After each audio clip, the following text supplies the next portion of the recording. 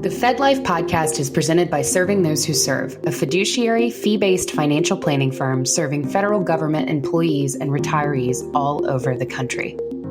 This podcast is for informational purposes only and is not intended to be taken as financial advice. All listeners should consult their personal advisors before taking any action. The opinions expressed by our hosts are their own and do not reflect the views, policies, or position of Raymond James. Securities are offered through Raymond James Financial Services, Inc., member FINRA SIPC. Investment advisory services are offered through Raymond James Financial Services Advisors, Inc. Serving Those Who Serve is not a registered broker-dealer and is independent of Raymond James Financial Services, Inc. And now, here are your hosts. Dan Sipe serves as a branch manager for Raymond James Financial Services and Serving Those Who Serve. Ed Zerndorfer is our guest and federal benefits expert in the space. Hello and welcome, everyone, to this episode of the FedLife podcast. I'm your host, Dan Sipe. Additionally, I'm the branch manager here at Raymond James, RJFS, Lee Sipe and Associates, and Serving Those to Serve. And I want to say thank you for taking time to listen. And above all, thank you for your service. You do not hear that enough. You will always hear that here. The other thing you're always going to hear is my brother over here, the guru, Ed Zerndorfer. He is back with us again as part of our ongoing mission to reach, teach, and serve you, the career civilian feds. Once again, we will follow Ed's FedZone articles. This gives us one more way to reach and teach. And Ed, boy, do we have a great article to discuss today. And that is that the FERS supplement is no substitute for the enhanced annuity. Boy, do I love this piece. Great job, buddy. Thank you. And your premise, which I feel is 100% absolutely correct, is that a Fed with 20 years or more of federal service should wait until 62 to retire. Correct? That's your point? Absolutely, Dan. This is one of the most often asked questions I get during our monthly FERS webinar here at Serving Those Who Serve. Ed, what is the best time to retire? And one of the things is when you are financially ready. And this is one of the important points about being a FERS employee. When you're eligible to retire, you have to ask yourself, am I really, really financially ready to retire? Because retirement can last such a long time. We're talking maybe 30, 40 years. And during that time, you're going to have expenses. So you want to make sure, absolutely sure, that when you decide to retire, that you're going to have enough income. And this is one of the issues regarding the FERS and the supplement versus, that you're eligible to receive if you retire before age 62. We're going to talk more about that here in a moment. The FERS annuity supplement is paid in addition to your FERS annuity when you retire from federal service, but only temporarily. It stops when you're 62. We're going to go over that. And that is a very important consideration. Well, that's a great segue, brother. You begin with some basics. So let's go into some of the nuts and bolts. What's the special retirement supplement? Absolutely.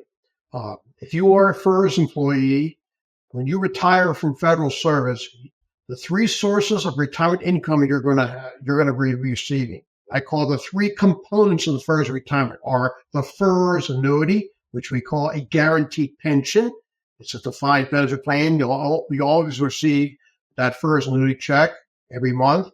The second component is the thrift savings plan, TSP, which you could start receiving if you retired, the traditional TSP, I should say, if you retire at age 55 or older. And then the third component is Social Security. Social Security, we're talking about the Social Security monthly retirement benefit, that the earliest you can receive that Social Security monthly retirement benefit check is age 62. That is the earliest age. Therefore, if you retire from federal service before age 62, and you can, with a minimum 30 years of service under FERS, you can retire at what is called your minimum retirement age, between age 55 and 57, depending on what year you were born, and you'll receive Social Security, but you have to wait, though, until you're 62. So When the FERS retirement system was set up, Congress realized there are going to be some employees who would decide to retire before age 62. They could retire, as I said, at their minimum retirement age with 30 years of service, or they could retire at age 60 with a minimum 20 years of service. The problem is they can't have not eligible to start receiving their Social Security retirement benefit because they're under age 62. Therefore, Congress decided to add a supplement to Social Security called the retirement, I said to FERS, called the retirement supplement annuity. That is a substitute for Social Security, but only until a FERS annuity, a FERS retiree reaches age 62. At that point, the FERS annuity supplement stops. As I say, it is not Social Security. It is a percentage of one's Social Security benefit that they're going to get at age 62. So it's only temporary.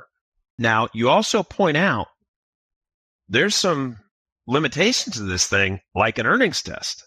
What's going on there? Well, again, let me just mention that the FERS annuity supplement is equal to anywhere from probably 50 to 75% of one's anticipated Social Security benefit at age 62. Now, when someone retires from federal service, the idea being that they're not going to work anymore. They're not going to continue to work. Therefore, if a FERS employee retires, let's say at their minimum retirement age or at age 60, they're going to get their FERS annuity, and they will be eligible to receive the FERS annuity supplement. But the idea is that the FERS annuity supplement, if you go out and work, get a job, another job, or you're self-employed and you're in too much money, that FERS annuity supplement is subject to what's called an earnings test. It is the same earnings test that someone who starts receiving their Social Security before their full retirement age. We mentioned a few moments ago that you can start receiving your Social Security retirement benefit as early as age 62. But there also the assumption is you're not going to be working anymore. Social Security really is for people who are fully retired. And they would start, and then in that case, if they start receiving their Social Security benefit at their full retirement age, anywhere from 66 to age 67, then they don't really need to work. But if they have to, they can, and their Social Security benefit will not be reduced. But if they start receiving their Social Security at age 62 and work, then their Social Security benefit is subject to what's called an earnings test. And the same idea applies to the FERS annuity supplement. In fact, it's the same earnings test. Here in 2024, if a FERS employee, let's say they retired last year, and before age 62, let's say at their minimum retirement age, and they're getting the FERS annuity supplement, and they go out and they're working this year, the most they can earn in a job, we're not talking about, Dan, about interest income. We're not talking about dividend income, capital gains. We're not even talking about the FERS annuity. We're talking about what's called earned income. Earned income is defined as wages, salary, or you may be self-employed. You have a net self-employment income from a net self-employment income, a profit from your business. Sure. The most you could earn, the most you can have in net self-profit this year is $21,940. And the idea being that if you earn more than $21,940, OPM, who's in charge, for every $2 you earn above $21,940, OPM will take back $1 of your annuity supplement. Now, your FERS annuity, they're not going to touch. We're talking about the FERS annuity supplement. The idea being is if you earn this year, real quick math here, let's say more than $60,000. OPM is going to take back your annuity supplement. Why? Because the idea is you're not supposed to be working. You have enough income. Gotcha. So it's really not in your best interest to go out and work. You're going to end up giving back. Now, let me just say this, that if you do, in fact, retire before age 62 and you're getting your FERS annuity, you can tell OPM, don't give me the annuity supplement. You can turn it down and then go out and work and earn as much as you want. Sure. But you should be aware it is not designed for people who want to go out and earn a nice amount of money in terms of a job or being self-employed. Yeah, and great point. And Ed, correct with the Social Security earnings test. Okay, so if you're getting nicked in those early years, say you claim at 62 and you go out and work, you make too much money, they're at least going to give you credit for that when you get to full retirement age, so you can get some of it back, correct? That is correct. You'll get all of it back. You'll get all of it back. But in the case of the FERS and supplement, Dan, not the case. You're going to lose it. It's gone. Yeah, gone forever. And again, really important thing, a lot of times with our executives who are leaving federal service and there's a private sector position that really wants them and wants them early, I have to counsel the executives to say, you can't factor in that annuity supplement because you're not going to get it. You're going to make too much money. So you may want to factor that into your negotiations, that something you were due is just going to vaporize because they're going to pay you much, much more than $21,000. So those are great points, Ed. All right. Now, give us a recap of the basic FERS formula, and then that'll be our foundation to talk about the enhanced. Let me just say this, Dan, that in general, I really encourage FERS employees to work until 62, especially if they're going to have 20 or more years of service. And here's the reason. That the way the FERS annuity is calculated is, I'll be very slow about this. This is the formula. For every year of service you have under FERS, you'll get 1% or 1.1% of your high 3 average salary. 1% or 1.1% of your high 3 average salary. Now, what is this? What does you say or? If you retire before age 62, no matter how many years of service you have, Dan, no matter how many years of service, you're going to get the 1% for every year of service. If you retire at age 62 or older with 20 or more years of service, you're going to get, for every year of service, 1.1% of your high 3 average salary. That's a 10% jump, Dan. I know.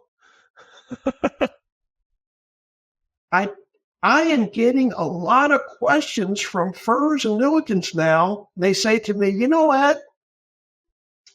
When I retired at age 56 a couple years ago, and I didn't go out and work, I got my annuity supplement. You know, nobody told me that I'm not going to get a cost of living adjustment until I'm 62. I retired at 56. Back in the year 2000, and I think it was 2020, I had somebody say. Yep. And it was okay. In 2020 and 2021, I was getting the same amount. You get the same amount of a monthly annuity. You get the same amount of the FERS annuity supplement. But then what happened in late 2021, Dan? You know what came roaring back? Inflation. Yep. And they said, my annuity is not going up. And I said to the person, didn't they tell you when you retire, you're not going to get a COLA until you're 62? And the person said, oh my God, the cost of food's gone up. The cost of transportation's gone up. My rent went up. I don't know if I can keep up. I'm going to have to go into my TSP now and start taking money out of my TSP. I didn't want to. I wanted to leave that TSP growing as much as possible. That was a bad decision. Agree. That was a very bad decision. There's almost this glittering idea of I can go at 57, I can go at 57, I can go at 57. You can, but should you? Becomes the question, because you're selling a dime for a nickel. You know, you've put in all this great time to federal service, and now, you know, in the last 2 miles of the marathon, you're cutting it short. So I agree. And by working longer, you're able to, you know, continue in federal service, more opportunity to contribute to the TSP, Only time you can contribute to the TSP, Dan, is when you're in federal service. Right. And also, by continuing to work, you're going to be enhancing your Social Security benefits because the more years of higher earnings will increase your Social Security retirement benefit. It's a win-win-win situation. You cannot go wrong. I have never told any employee who asked me the question, is it really worth working longer? Is it a good idea? You'll never hear from me, oh, that's a terrible idea. Enjoy life. I know that, Ed. You and I always get accused of trying to steal people's joy, and we're actually trying to give them more joy. We want their future self to thank them.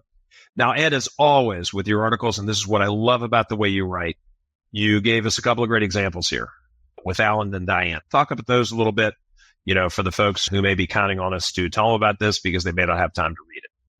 Okay. Let me get to my notes here, and I want to go to the example. Little ditty about Allan and Diane. We have Allan and Diane.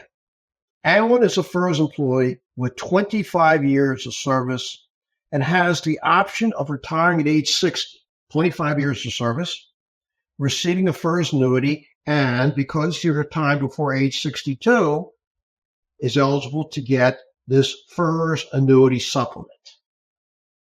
And OPM calculates the FERS supplement. It turns out to be Allan's going to get $7,500 a year, roughly about a little over $600, about $600 or so, $650 per month, in addition to his FERS annuity. Now, I make the assumption that Allan's high through average salary is $100,000. I'm trying to make this as easy as possible. So the way I calculated Allan's FERS annuity, we take 25 years of service times 1% per year. He's retiring at age 60 now. He's going to get the 1% accrual factor times $100,000. So Allan's starting FERS annuity is $25,000. $25,000 per year. No COLA. He's going to get that for the next 2 years. No COLAs. So by the time Allan reaches age 62, he would have received a total of what? $50,000 FERS annuity. That's 2 years at $25,000 per year. And $15,000 of his FERS annuity supplement. Annuity. He's getting $7,500 FERS annuity supplement for 2 years. That's $15,000. Gotcha. Now let's suppose Allan decides to retire at age 62. Work 2 more years. Gotcha. Okay. With an additional 2 years of FERS service and assuming an increase in his high through average salary of 4%, I'm going to take a 4% increase in the salary. His starting FERS annuity, I'm not even going to include unused sick leave. I want to make it didn't do it in the first, when he retired, so we're going to keep unused sick leave out. His starting FERS annuity at age 62 is, he's got 27 years of service. He worked 2 more years. He went from 25 to 27 years of service times 1.1%. Got that, Dan? Yep. Times 104,000. He got a 4% pay increase. He went from 100,000 to 104,000. So what is his starting FERS annuity? $30,888. Okay. So by retiring at age 62, Allan is receiving an additional $5,888 more per year. He went from $25,000 to $30,888. Okay. He also has 2 more years to contribute to his TSP. And when will Allan get his first COLA, Dan? When's he going to get his first COLA? Well, he'll get it at 62 because he's 62. That's right. So the year after, right after he retires, if he retired, let's say in August of that year when he was 62, the following January, he's going to get his first COLA right away. He doesn't have to wait. Absolutely. I'll get his first cover. Okay. All right. But Allan's not going to get the $15,000 of the FERS supplement. Because remember, had he retired at age 60, he would have gotten that $7,500 a year of the Right. FERS supplement, but he retired 62. So he forego the $15,000 total of the FERS supplement. So I'd like to do these calculations. So I know you do. Here's the question. Okay. How long would Allan have to live after he retired at 62?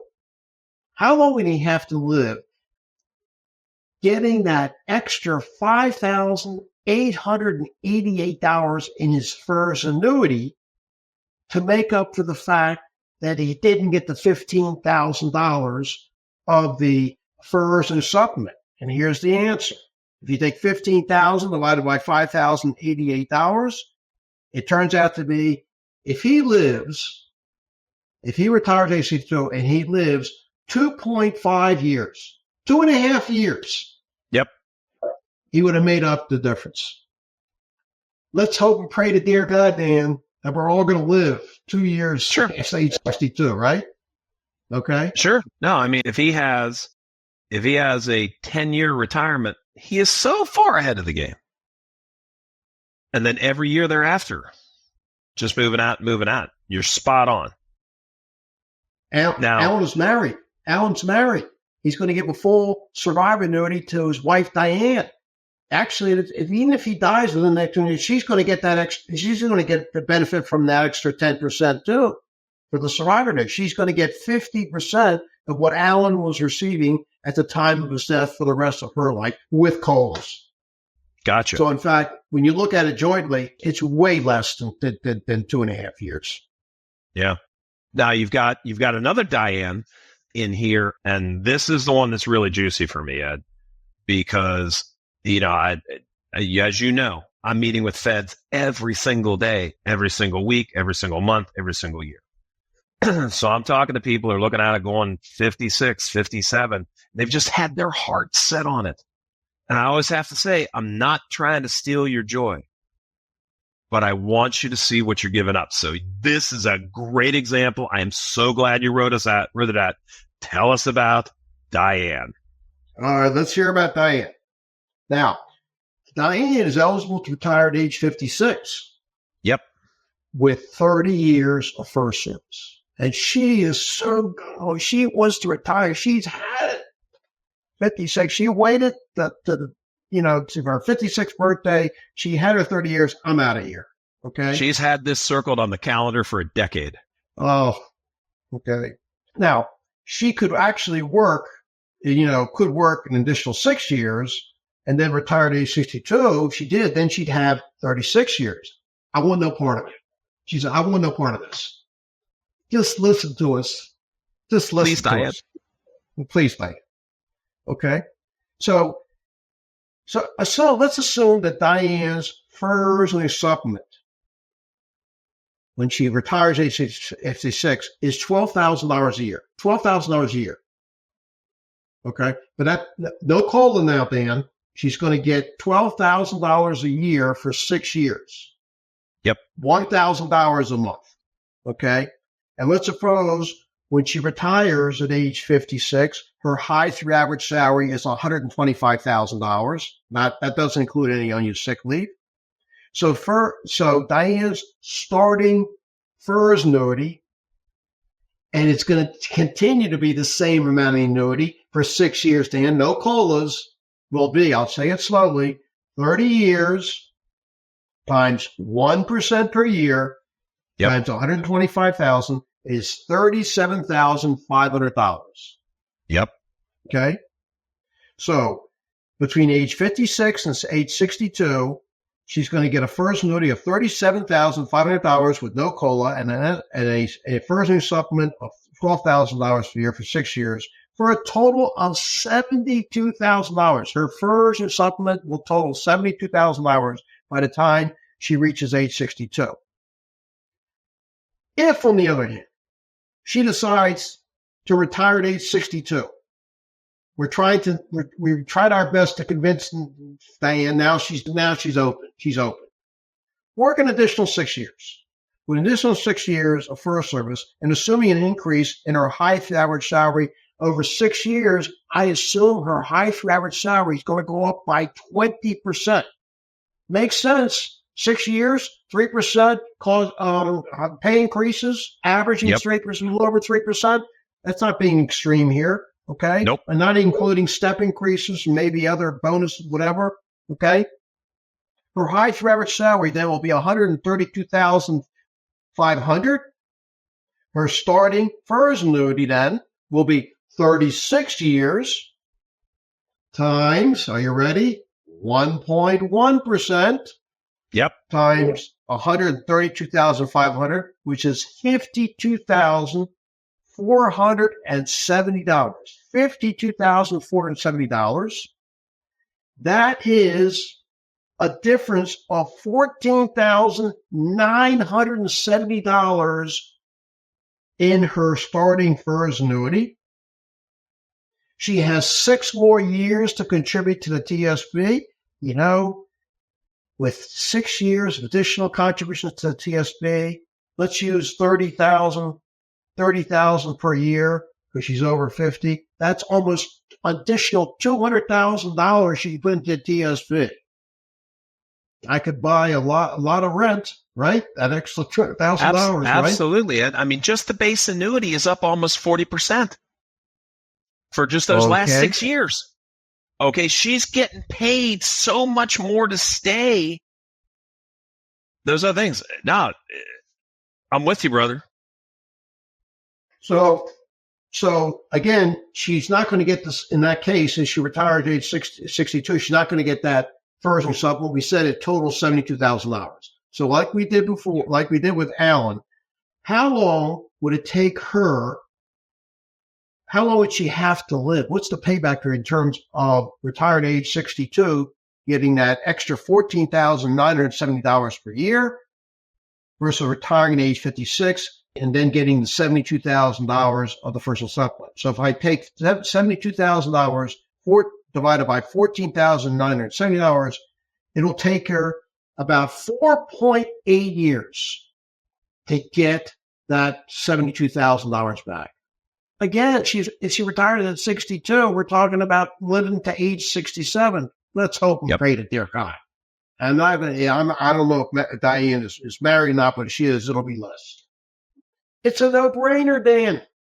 I agree, brother. We are evangelists of the same thing here, because there's just so much more that you're getting out of those last 5 years, 4 years, 3 years, 2 years. You know, truth be told, Ed, when I meet somebody who's saying 60, I don't have too hard a sale. Okay. I will say my feds, when I show them, well, you know, you get this at 60, it's like, what? Okay. Well, I'm staying till 62. The ones, and I know you see it too, and you talk to them in the Q&A in our webinars, it's the folks that have been dialed in on that 56 or 57 for so long that they feel like they're losing something. You are not losing something. You are moving in to the most fantastically compensated period of your life. You're in your highest earnings years, and Uncle Sam is just going to pile onto that pension to get those extra 5 or 6 years. Would you agree, Ed? Absolutely. Absolutely, Dan. I think Dan, we've had this high inflation, and we continue to have high inflation over the last couple of years. This message here is even more, it's coming across more now. I think retirees are waking up. My God, what has happened over the last couple of years in terms of my costs? My food costs have gone up. My travel costs have gone up. Transportation costs have gone up. Medical care. We are paying now for COVID. The cost of medical care is going up. Agreed. It is tough out there to retire knowing that you're not going to be, you may not have enough money to live off of, and the costs and the expenses keep going up. They keep going up, up, and up. I know this for a fact. Absolutely. You know, folks, this is so important. Do not be blinded by the lure, and it is attractive, of retiring before 62. Okay? 62 is still doggone young. Okay? I'm 67. Okay? 62 is really, really, really young. You're still going out young. And here's the other thing to remember. Ed has given you the math. Read this article. Listen to the podcast again. The temporary money is not worth it. I'll say it again. Temporary money is not worth it. I'm not bashing it. I'm not saying it's a bad thing. I'm just saying you're giving away too much for what you're getting. And Ed, I know you agree with me on that. Absolutely. If I could just say one more thing about this, the 1.1% accrual factor versus the 1% factor. I mentioned that in order to get the 1.1% factor, accrual factor in the calculation of the FERS annuity, you must fulfill two requirements. One, you have to retire at age 62 or older, not one day earlier than your 62nd birthday. And you have to have 20 or more years of service. Now, you can retire at age 62 with as little as 5 years of service. We teach this during our FERS monthly webinars. So if you retire at age 62, let's say with 15 years of service, then you're going to get the 1% accrual factor. Now, let's suppose somebody, I got this question, has 19 and a half years of service. Yeah. And they've reached their 62nd birthday. They're so close, right? Well, I got some good news. OPM has made a ruling that for purposes of getting over the 20-year hump, you can use your unused sick leave. Repeat, you can take that unused sick leave, not annually, unused sick leave. Yep. And when it's converted to months and days of service, in my example here, if the person had 6 months of unused sick leave added to the 19 and a half years of service, then that will put them over the 20, that will make them have 20 years of service. Something you need to think about. Also, for those of you who might have military service, have not bought it back, that's also added to it. Buy it in, buy it in, buy it in. Please, ladies and gentlemen. And all your articles are great, but every now and again, there's one that's just a real diamond, not just a gem, a diamond. This is definitely one of those diamonds, brothers. Great job. Ed, on behalf of our feds, once again, thank you for being such a great resource. Well, folks, that is a wrap. We are Serving Those Who Serve. Be sure to subscribe to this podcast on our YouTube channel, so hit that subscribe button. Also on Spotify. Please remember to share it with your friends and strangers. Check us out on Twitter and LinkedIn. And do not forget, Ed's mentioned them, our live webinars every single week. Just go to the SWS website. That's swserve.com. You will see the blue button. Click it. It turns red, actually, once you click it. And that will put you on our landing page. We have a ton in which you can enroll. Yes, the guru will come to you. Reach you where you are, teach you where you are, above all, serve you where you are. Sign up for one, sign up for all. Share it with your friends. They will thank you. Be sure to read Ed every single week in the Fed Zone. That's fed-zone.com. In closing, for Ed, the crew at Serving Those Who Serve, and me, Dan Sipe, I will sign off as I always do by saying good luck, Godspeed, and above all, remember, it's your Fed life. Please make it a great one because you deserve it. That's it, everybody. Stay tuned. We'll see you soon. We are out.